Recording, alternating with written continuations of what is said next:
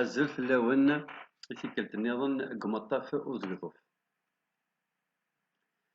Ass-agi ad d-nehḍeṛ ɣef temsalt-agi wigi d-qqaṛen akka mmuten netta lḥal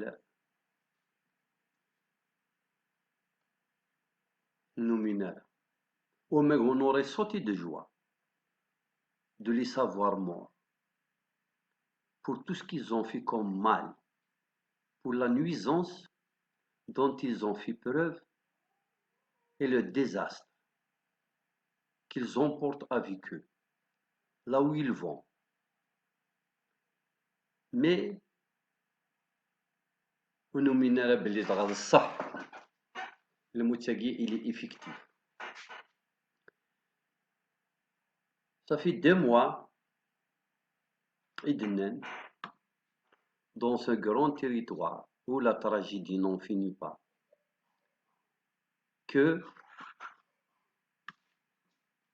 أمقران سق مقرانا a rendu là. إمين زراد غا كرا بوين يدنان يموت نتا c'est pour juste simuler.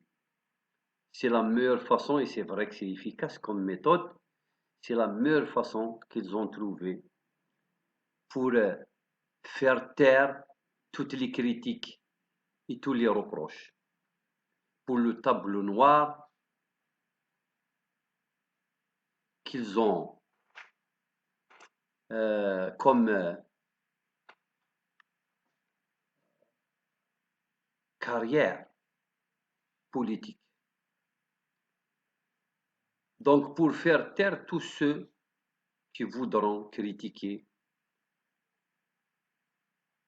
prendre leur revanche, demander des comptes, on déclare, après combien d'années de suprématie, de totalitarisme, on déclare فلان يموت. نتا حي يرزق. Il est quelque part dans un endroit paradisiaque en train de siroter comme il le faisait quand il était encore sur poste, les plus beaux et les meilleurs fruits de cette planète. Au frais, bien sûr, de ce grand territoire riche en tout. Ils ont déclaré comme ça, son il a rendu l'âme hier.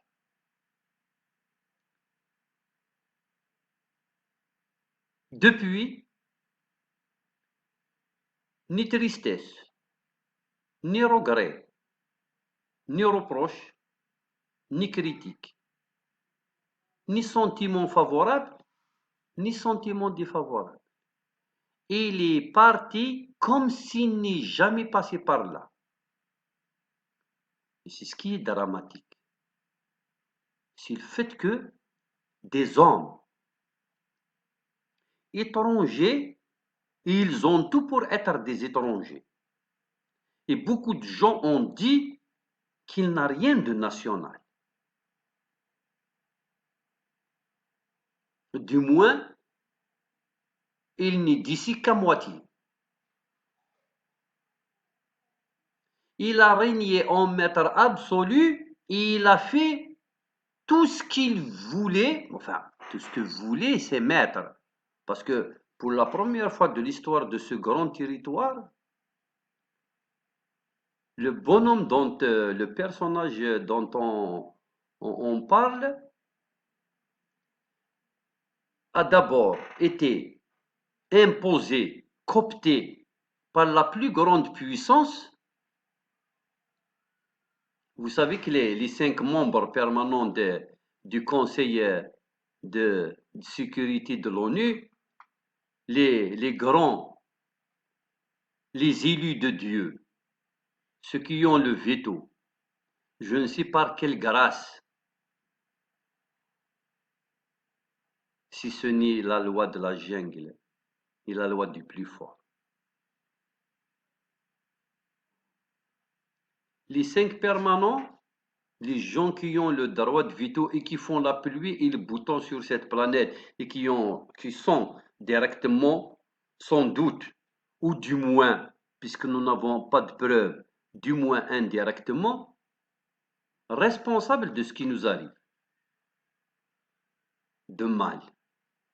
Puisque je ne me rappelle pas qu'ils aient fait un quelconque geste en notre faveur, bien sûr, qui aurait amélioré de notre condition. Mais ça, c'est une autre histoire. Mais pour les faits, la puissance qui a imposé ce personnage, c'est la première fois que ça a été fait de cette façon. Et puis surtout, c'est la première fois qu'un règne a duré aussi longtemps.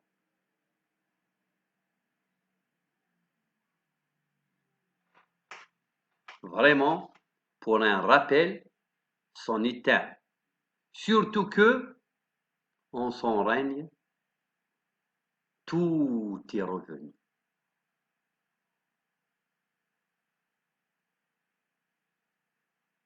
Le pétrodollar afflue. Les recettes ont brillant. Les caisses étaient pleines. Tous les clients,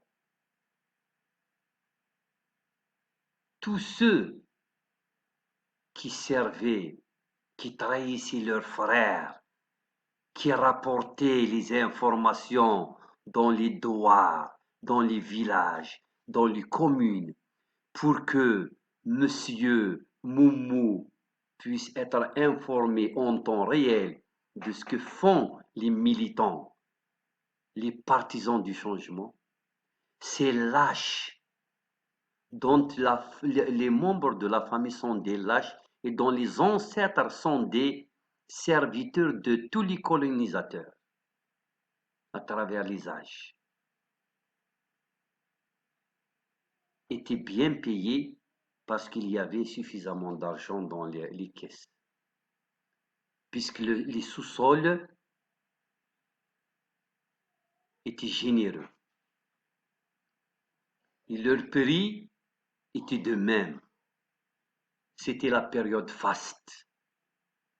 Si c'était un Algérien, il aurait sans doute construit le pays. Bon, en faveur d'une caste, d'une classe, etc., à la limite, on aurait dit c'est une dictature classique.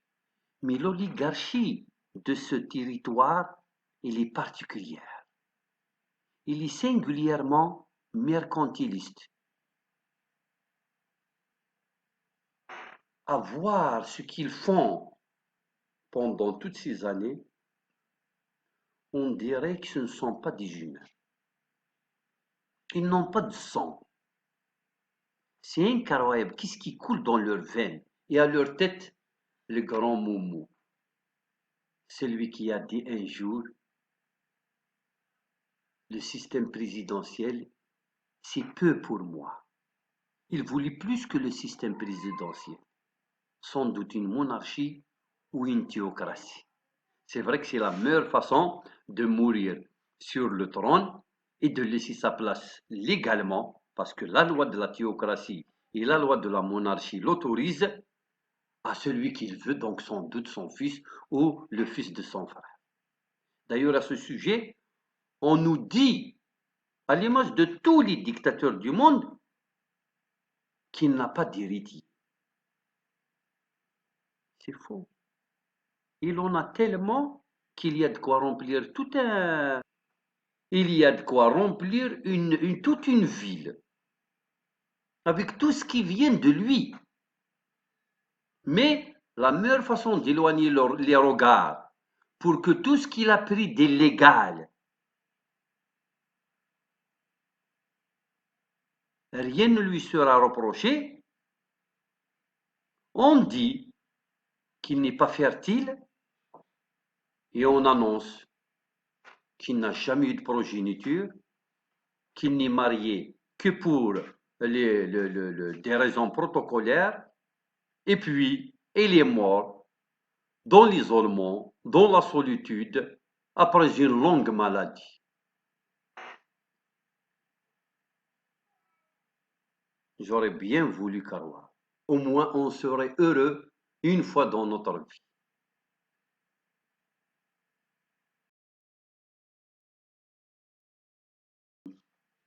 Dans ce grand territoire, les dictateurs, quand ils meurent, ils ne meurent pas.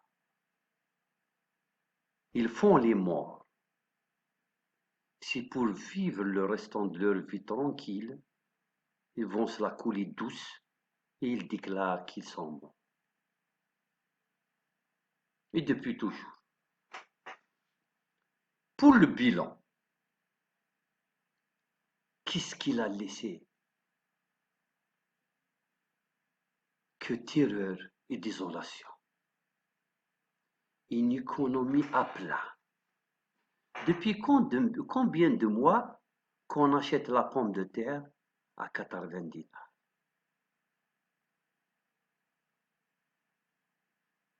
Depuis combien de mois qu'on lutte contre une maladie qui tue et qui fait des ravages, mais qu'on n'arrive pas à même pas vacciner une fois la totalité de la population. Nous sommes dans un territoire où on ne peut plus jamais, alors s'il y a bien des choses dont il ne faut plus jamais rêver, alors qu'il y a 20 ans de ça, c'était encore possible si s'offrir un billet pour aller voyager ailleurs. Les prix de billets d'avion sont tellement chers qu'il n'y a pas de. C'est des prix, c'est l'équivalent de 2 salaires, or que attendent le jour du virement de leur salaire avec déjà une dette, tellement que le salaire s'épuise, finit, les poches sont vides une bonne semaine avant le prochain salaire. Nous sommes dans une terre où des hommes se font assassiner, incendier, on les brûle vifs. Une année après, 2 ans après, on ne connaît ni celui qui a tué, ni pourquoi il a tué, ni la main étrangère, ni la main intérieure, ni les alibis, ni les raisons profondes. Nous sommes dans un pays où des incendies ont ravagé d'une façon simultanée, programmée et bien entendu volontaire, plus de 3 wilayas, sans que personne nous dise aujourd'hui qui a mis la flamme, pourquoi, pour quelle raison, pourquoi cette région, pourquoi à ce moment. Nous sommes dans un pays où il y a des choses dont on n'a plus jamais droit de rêver. Par exemple, s'offrir un véhicule. Il y a des bourses, à peu près 60-70% des salaires. Plus jamais ils n'auront droit à un véhicule. Ils ne pourront pas le payer, ils ne pourront pas s'offrir l'apport initial et bien entendu, ils ne pourront pas l'entretenir. Donc, faire face. Et nous sommes dans un pays, tout ça grâce à ce Moumou qui a pourtant régné pendant longtemps et il avait en sa possession énormément de moyens. S'il avait réellement voulu, comme dit le slogan ou l'adage populaire, s'il voulait réellement faire relever la tête des Algériens pour qu'ils soient fiers de leur pays, de leur classe politique régnante, on aurait sans doute exploité cette manne financière. Malheureusement, on a acheté des hommes pour qu'ils puissent se taire et nous sommes dans l'un des pays où la quasi-majorité de la classe politique dite d'opposition est réellement du pouvoir, mais il faut qu'il joue le jeu pour faire semblant d'être dans l'opposition. Et pour ça, il doit être payé en conséquence. Et ce sont ces gens, ces responsables de l'opposition, qui ont été chichement privilégiés pendant tout ce règne pour qu'ils font la politique avec le dos de la cuillère. Ils ont réussi. Nous sommes le seul pays, et c'était pendant le règne de ce Moumou, où les syndicats étaient réduits au silence. Et le seul syndicat autorisé qui avait des ramifications dans tous les secteurs était comme un porte-clés sur le pantalon du frère de Moumou. Il en faisait ce qu'il voulait.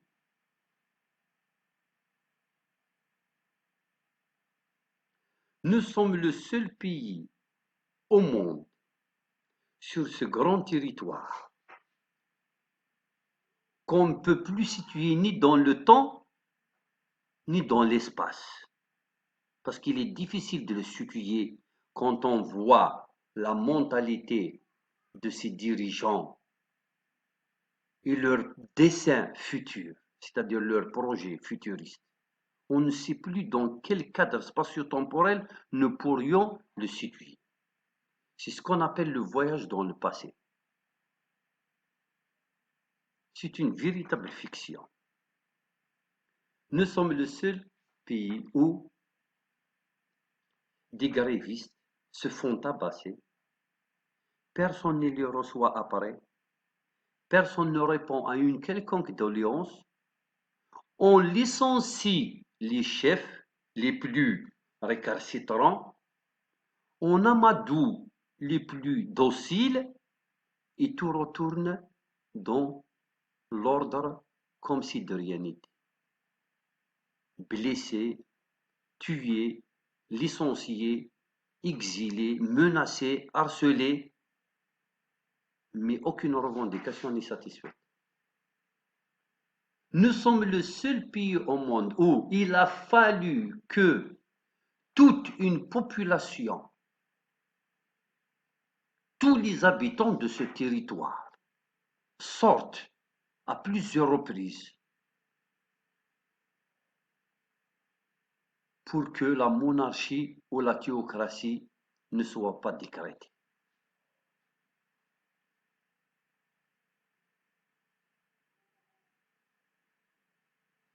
Nous n'avons ni économie, ni diplomatie. Si ce n'est l'économie de prestige et la diplomatie de prestige. La prétention que nous sommes à côté de ceci ou de cela, de telle cause ou de telle cause, sans pour autant savoir où est-ce que nous allons, quels seront nos objectifs, où sont les intérêts de ces nationaux, de ces gens que les gouvernants sont censés représenter dans toutes ces causes qu'ils défendent. On ne peut dire aujourd'hui si nous sommes des communistes. Je parle bien entendu de ces gens qui gouvernent ce grand territoire dont on parle. Est-ce qu'ils sont des communistes? Est-ce qu'ils sont des capitalistes? Est-ce qu'ils sont des socialistes? Est-ce qu'ils sont des islamistes? Normalement, j'ai cité tous les courants de pensée, si ce n'est le berbérisme, c'est sûr qu'ils ne le sont pas, puisque leur ennemi juré, ce sont les Imaziren et tous ceux qui pensent Amazir et la pensée Amazir, parce qu'ils sont trop patriotes pour pouvoir les fréquenter. Donc, qu'est-ce qu'ils font? Ils les mettent dans le centre de leur collimateur, ils planifient tout contre eux. Donc, pour les autres courants de pensée, ils sont, quand ça les arrange, socialistes, Il brise toute initiative libérale ou capitaliste d'investissement, de tout ce qui peut créer de la richesse et bien entendu euh, rehausser du niveau économique de ce pays. Et puis quand le socialisme n'était plus à la mode, ce n'est plus une carte de visite porteuse, on joue maintenant au capitaliste et on dit que tous les autres sont les ennemis de la République. À un certain moment, il faut être islamiste, mais islamiste modéré. C'était une bonne carte. Tous ceux qui avaient le camis et la petite barbichette, ils avaient lancé, ils avaient les projets, ils avaient l'investissement, la terre agricole. Et bien entendu, la promotion professionnelle. Si tu veux devenir chef de service, si tu veux être promu, il faut d'abord connaître le chemin vers la mosquée. Tu sois croyant au fond ou pas, que tu y foi en Dieu réellement ou pas, l'essentiel c'est de faire semblant. Le pays où le semblant, c'est tout. Tu fais semblant d'être bien habillé, tu fais semblant d'être rassasié, tu fais semblant d'être intellectuel, d'être cultivé. Il faut juste faire semblant, même si tu ne l'es pas. D'ailleurs, je me demande, est-ce qu'il y a un autre pays au monde qui pourrait défier l'économie comme nous? La quasi-majorité du personnel enseignant à l'université est devenu enseignant grâce à, vous le savez. Pourtant, enseignant, on peut faire la promotion de quelqu'un dans un secteur où il n'y a pas beaucoup de dangers collatéraux, de dangers réels. Mais promouvoir quelqu'un parce que c'est notre ami, c'est notre beau-frère, c'est notre proche, et le faire de lui un professeur dans un domaine quelconque alors que c'est un ignare, il ne peut même pas assurer des TD à l'université, c'est vraiment promettre des lendemains sombres à ce territoire et à ceux qui l'habitent. Mais on réussit.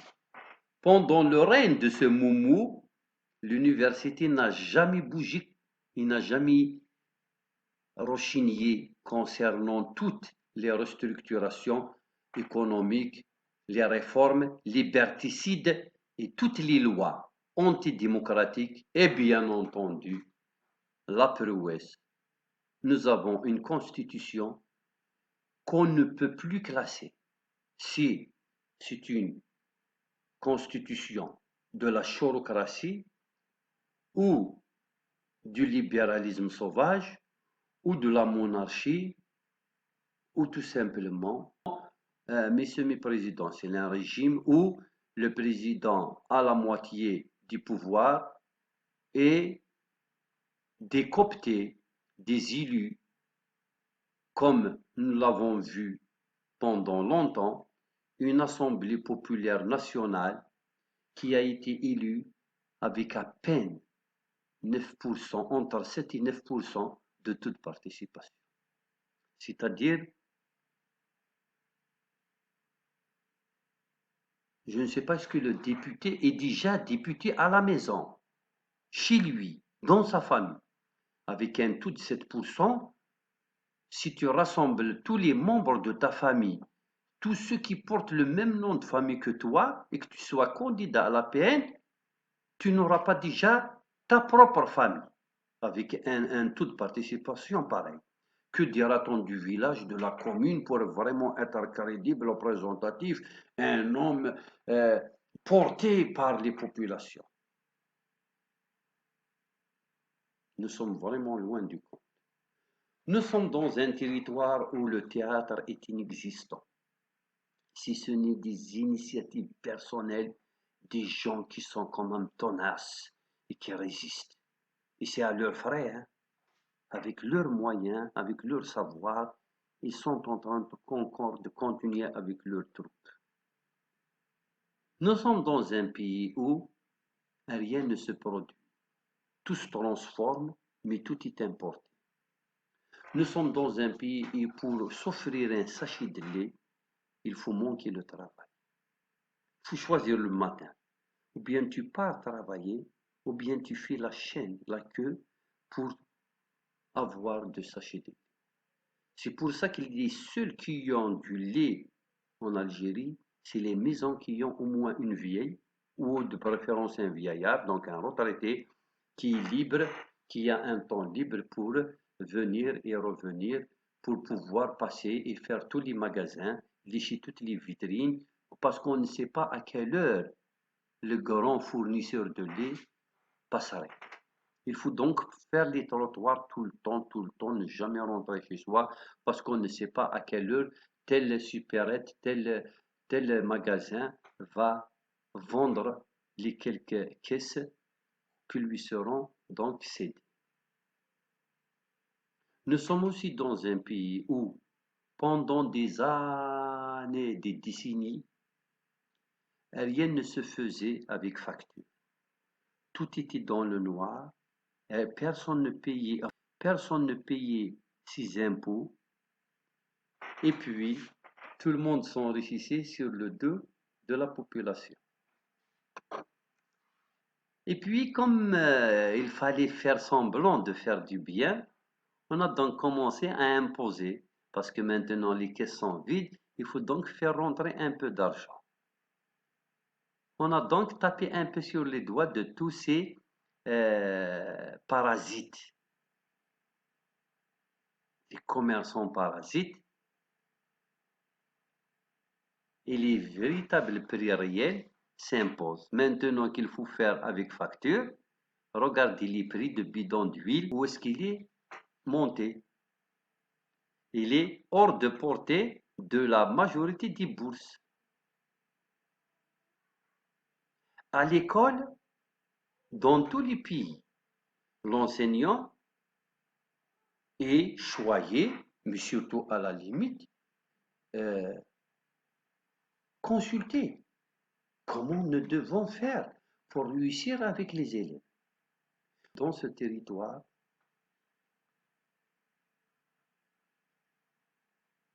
le parent d'élève, c'est lui le centre de tout.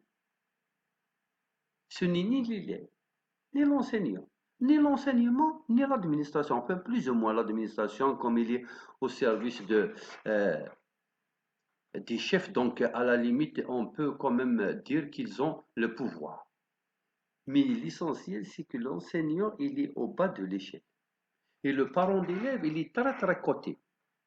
Il peut faire le rapport, peut demander le départ de l'enseignant, il peut établir un certificat médical de complaisance parce que son fils, soi-disant, a été agressé.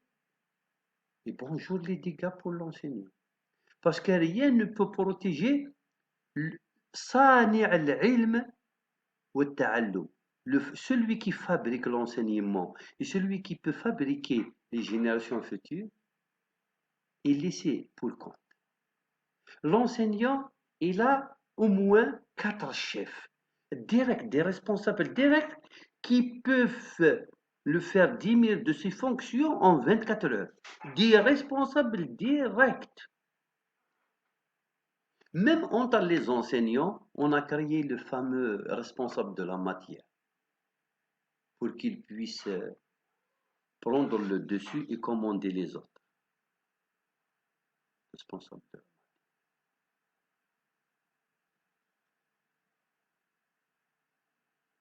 Nous sommes dans un territoire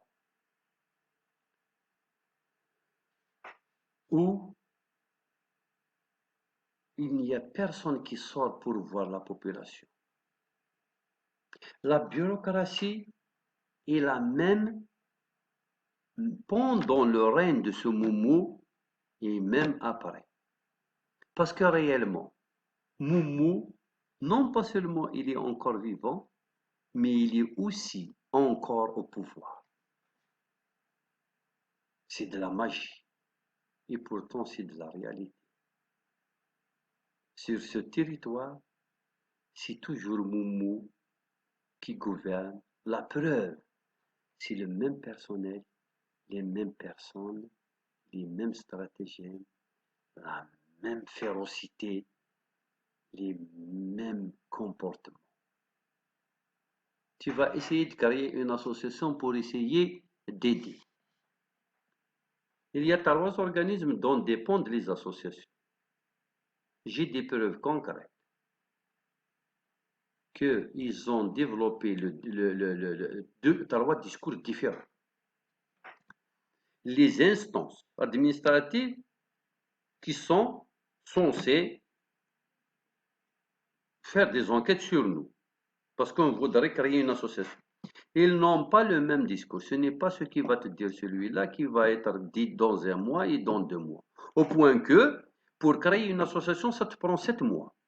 Parce que en croyant la première personne à qui tu as affaire, tu vas te dire, d'accord, je vais faire comme il a dit. Et dès que tu te déposes, la deuxième personne va te dire, il faut faire autre chose. Et tu vas donc refaire tout, etc., etc.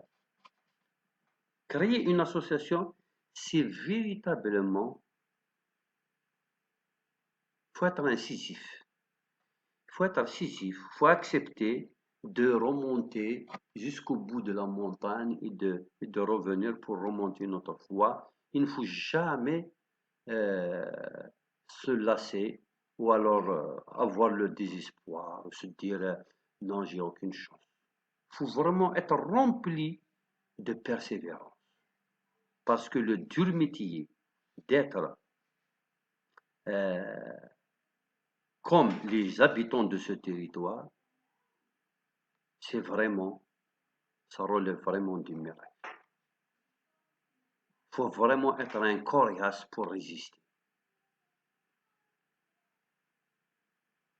On ne sait pas comment peut-on arrêter quelqu'un, le laisser 2 ans, 3 ans, 4 ans, 10 ans, sans procès, sans avoir droit à un avocat, et puis se dire que c'est normal. Ça, ce n'est pas normal. Ça ne se passe jamais ailleurs. Pour quelqu'un qui a osé critiquer, qui a dit on n'est pas reçu, on ne satisfait pas nos doléances, on est laissé pour compte, نحن مهمشين, on n'a pas de travail, on n'a pas de logement. Mais c'est tout à fait normal. La Constitution garantit le droit au logement et le droit au travail.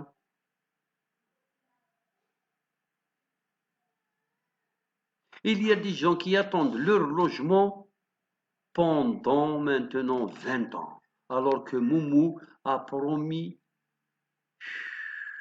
combien de millions déjà de logements? Tous les Algériens sont ractés. Ils ont payé la première tranche, la deuxième tranche, la troisième tranche, le choix du site. Finalement, c'est comme dans les films égyptiens d'il y a 30 ans, d'il y a 40 ans. Et oui, c'est maintenant qu'on arrive au même niveau économique de l'Égypte il y a 40 ans.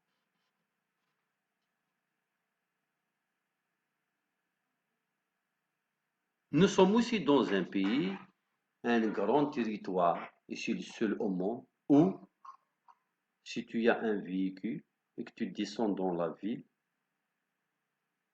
à chaque fois que tu t'arrêtes, il y a une main qui se glisse dans ta poche et qui t'enlève 100 dinars.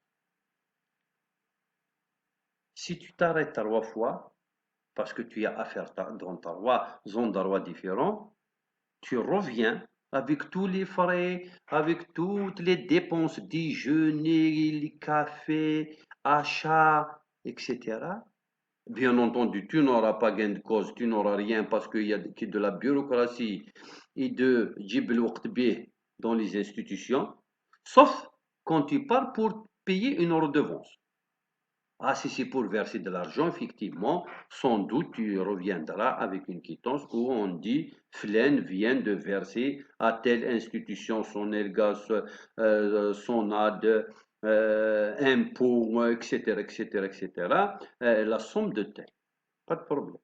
Mais à part ça, ou alors dans n'importe quelle ville dans ce territoire, chaque fois que tu gares, il y a quelqu'un de 3 fois plus fort que toi, de 10 fois plus musclé que toi et de 15 fois plus privilégié que toi, et bien entendu, 3, 4, 5 fois plus jeune que toi, habile, bien habillé, très bien portant, il ne souffre ni de misère ni de besoin. Il est au contraire très très bien. Il te dit ce trottoir est à moi, tu vas payer si tu te gares. Et voilà le projet qui nous a promis Moumou et qu'il a réussi à nous concrétiser, à nous réaliser. La plus grande prison à ciel ouvert.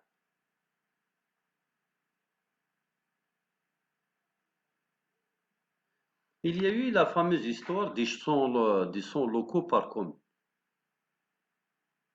Il faudrait aller voir est-ce qu'ils travaillent ou pas. Les rares qui ont bénéficié de ces locaux, parce que le maire a eu la bonne assiette, l'intelligence de rapprocher les locaux du centre urbain.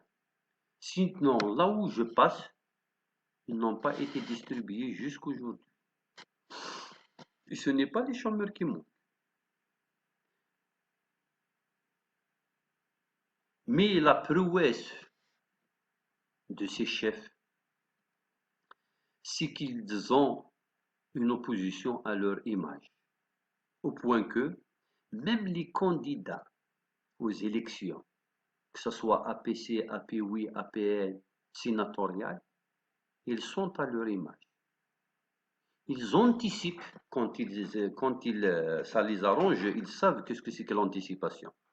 C'est juste par rapport au Covid, par rapport aux incendies, par rapport aux pénuries qu'ils ne savent pas l'anticipation parce que ça ne les arrange pas. Eh bien, ils anticipent de sorte à ce que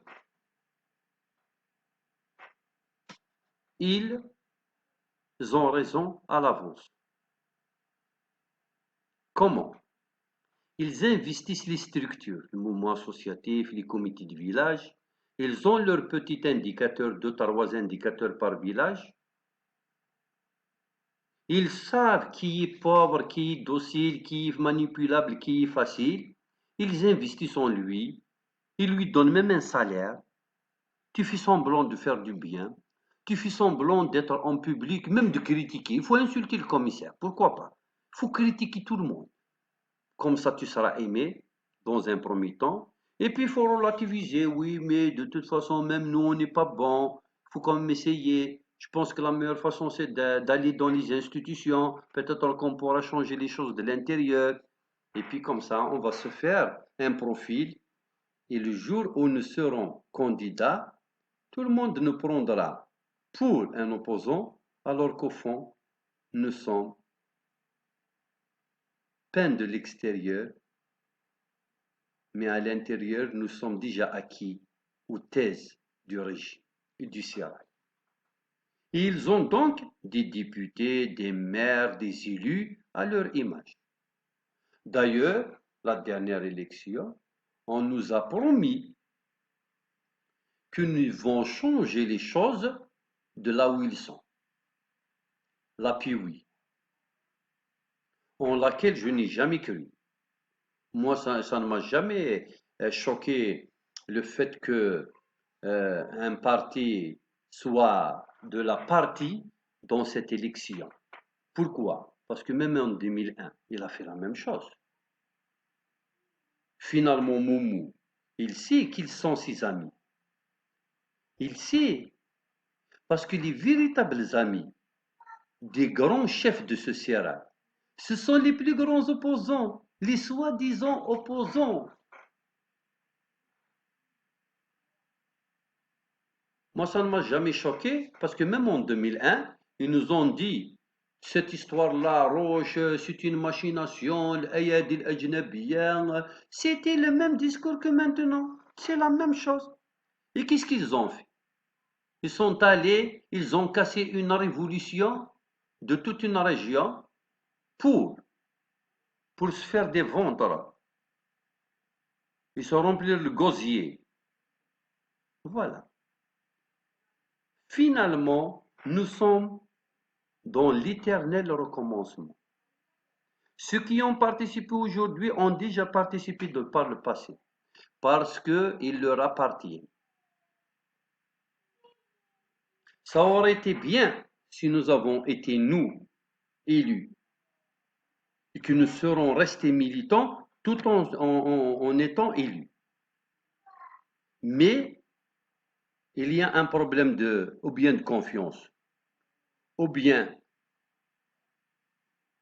d'amateurisme politique, ou bien de haine et de mépris qu'on s'éprouve entre nous, les gens de la révolution permanente, ce qui nous a poussé à ne jamais trouver un terrain d'entente entre nous. Nous le payons très cher aujourd'hui. Mais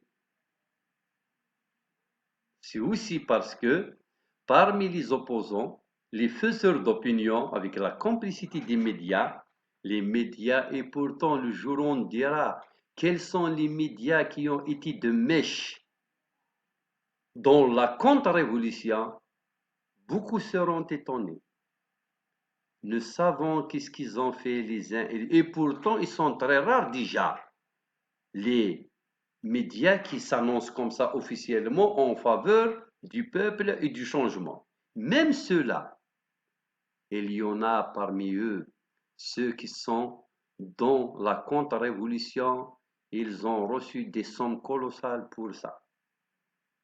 Ils ont travaillé en faveur de certains, ils ont médiatisé certains, qui aujourd'hui sont exactement dans la même logique que les véritables décideurs. Donc finalement, qui est le véritable opposant? Tu ne peux pas le savoir parce que le vrai opposant, ou bien il est en prison. Je ne défends pas tous les prisonniers. Enfin, c'est-à-dire, moi je suis pour libérer tout le monde, vivre la démocratie et il n'y a pas de problème. Simplement, je ne crois pas en certains parmi eux. Mais je condamne tout comment dirais-je, emprisonnement arbitraire. Donc, parmi les véritables militants et les braves, il y a ceux qui sont en prison. Il y a ceux qui ne sont pas en prison, mais qui sont réduits au silence parce que le véritable patriote, tu vas le trouver fragile professionnellement, fragile socialement, fragile sur tous les plans. Parce qu'on a dans ce territoire, si tu veux être immunisé, tu as de l'argent, tu as une maison, tu as des amis, tu as des protecteurs. Il faut coude à coude avec un de ces barons. Si tu n'as pas un baron avec toi, sache que on ne sait pas à quelle heure ils viendront te prendre et tu ne sais pas où est-ce que tu vas te retrouver et pour combien de temps. L'histoire retiendra que le règne de Moumou a été le pire de tous les règnes et que il est parti sans aucun jugement. Voilà une réussite. Comme ce n'est pas grâce à lui, parce qu'il n'y a absolument rien d'extraordinaire en lui qui ferait de toute cette prouesse, comment il aurait réussi à neutraliser tout le monde autour de lui. C'était pendant son règne que moi, ma vie a basculé dans le précipice et dans les abîmes. Parce que j'ai osé dire quelque chose. Comme ces hommes étaient présents partout. Ils lui ont rapporté ce que j'ai dit de lui. Et le commissaire politique a directement passé à l'action. Qu'est-ce qui peut bien faire un simple citoyen? aussi vulnérable soit-il, ou aussi fort soit-il, un seul ne peut rien. Ils nous ont neutralisés un par un. Il a donc réussi sa mission. Je dirais à ses employés, cette grande force diplomatique, politique et économique mondiale, ce membre du Conseil des Nations Unies, ce porteur du droit de veto, que tu as détruit une nation, que tu as détruit un peuple, et que tu nous as jetés dans l'anonymat pour peut-être des siècles. En échange de quoi? Pour nous neutraliser et venir dans 10 ans exploiter la plus grande réserve d'eau douce au monde, ou la plus grande réserve d'uranium, ou la plus grande réserve d'or que nous avons sur cette terre. C'est normal, c'est comme ça que vous envisagez, messieurs, l'oncle Sam. C'est comme ça que vous envisagez l'avenir de l'humanité, en détruisant toute une nation. Qu'est-ce qu'ils vous ont fait, le peuple amazigh, pour le détruire de cette façon? Je dis oncle Sam parce que c'était le seul qui nous restait et en qui on pouvait croire et de qui le salut pouvait venir. Les autres, ni la Chine, ni la Russie.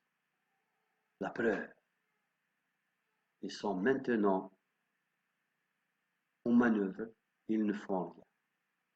La France a brillé par le clientélisme, par la gestion des affaires, des lobbies. Et la France a réussi quelque chose sur ce territoire, c'est qu'elle a dressé tout le monde contre tout le monde.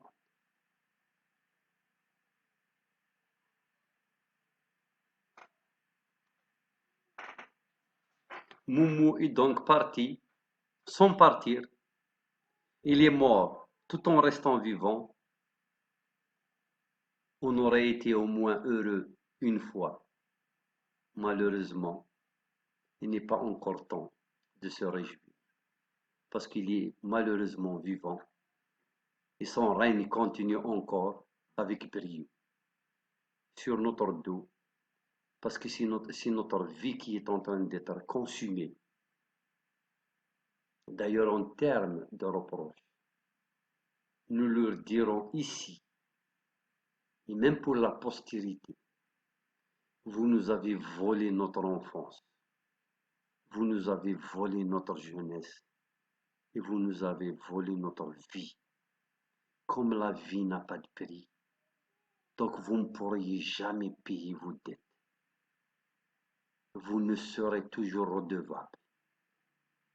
Vous allez où pour cacher vos têtes le jour où nous viendrons vous demander des comptes? Moumou, pensant, sachant que cela va arriver, il a fait le mort pour que personne ne puisse chercher après lui. Mais nous savons aussi que كل خضر ماشي كيما يقولوا ماشي كل خضر حشيش. Ce n'est pas tous ceux qui sont dans des cercueils qui sont réellement morts. Beaucoup de ces dirigeants qui sont déclarés morts ne sont pas réellement morts. Ils sont quelque part à savourer, à bien vieillir. De son vivant, il consommait, pour se maintenir en forme, des médicaments qui relevaient de l'hygiène de vie, mais c'était des produits naturels très très chers, qu'on prenait de certains insectes, sont difficiles à faire, dont l'élevage est difficile à réussir, etc. Donc c'est des denrées rares. Il se tapait 100 millions en injections par semaine aux frais des contribuables. Ça, C'est comme quand on voit une galaxie lointaine, c'est-à-dire c'est tout ce qui apparaît, une petite lumière. De plus tu t'en rapproches de cette galaxie, de plus il y a des systèmes, des planètes, des étoiles, des, des satellites pour chaque planète, etc. Donc toute une organisation. Et chaque homme, chaque femme de l'entourage de ce moumou exigeait des frais pour qu'il puisse assumer son travail, sa sale besogne à laquelle il a été nommé, ou pour laquelle il a été nommé. Et que dira-t-on maintenant qu'il est en retraite? Donc tout ce beau monde est en train encore de consommer l'argent tiré directement des ressources du sous-sol de ce grand territoire, dont le plus grand perdant, c'est le peuple qui n'a jamais eu quoi que ce soit. Pas seulement ça, pire encore, c'est que si jamais tu t'amuses à critiquer, on te ôte la vie, on te prend et tu ne reviens jamais, ou alors on te jette dans une geôle pour ne jamais avoir droit à un procès.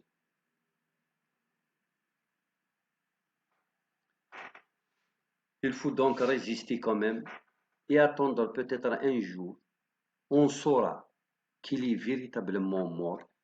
Ce jour-là, nous serons au moins peut-être contents. En attendant,